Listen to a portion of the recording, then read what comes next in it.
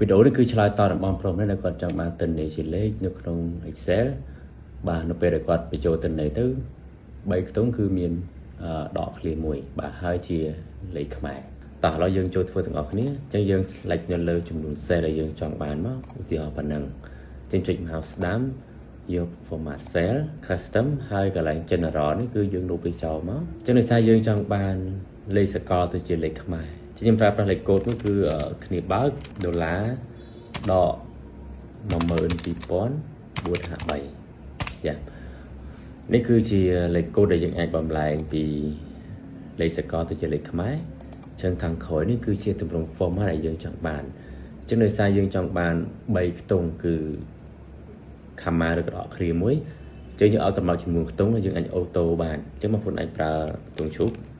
comma ទង់ឈូក2ដងហើយលេខ0មកអញ្ចឹងថា3ខ្ទង់គឺយើង comma ឬក៏ដកឃ្លាមួយប៉ុន្តែបើបងប្អូនប្រើដកឃ្លាអញ្ចឹងហ្មងគឺវាអត់ស្គាល់ទេអញ្ចឹងបើបងប្អូនចង់បានដកឃ្លាបែបនេះអញ្ចឹងយើងអាចទៅសេអញ្ចឹងសិនមកអញ្ចឹងខាងក្រោយនេះបងប្អូនចង់បានចុច00ទៀតក៏ថែមមកបើមិនចង់បានទេមិនដាក់ក៏បានដែរបាទខ្ញុំអូខេទៅអញ្ចឹងពេលខ្ញុំបញ្ចូលលេខឧទាហរណ៍ថា448844អញ្ចឹងគឺយើងបញ្ចូលលេខធម្មតាអញ្ចឹងជាលេខសកលប៉ុន្តែពេល interim គឺវានឹងចេញបាទ3ខ្ទង់ comma មួយយើងហើយវាជាលេខខ្មែរ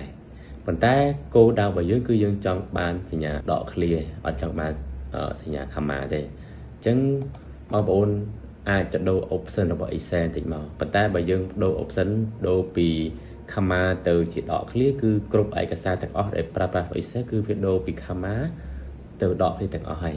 អញ្ចឹងយើងចូលក្នុង file រួចយក option បាទបន្ទាប់មកយើងមើលកន្លែងពាក្យថា add បានអញ្ចឹងបងប្អូនមើលកន្លែង use system separator នេះអញ្ចឹង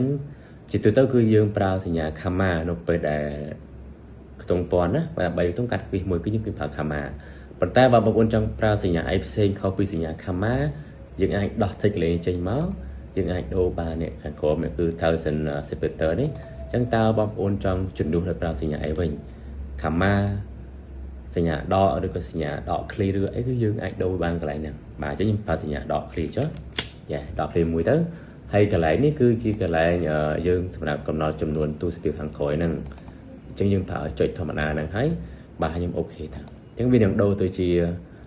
ដកឃ្លីឲ្យវាលេងមានសញ្ញា comma ហើយបាទអញ្ចឹងវីដេអូនេះគឺមានប៉ុណ្ណឹងអញ្ចឹង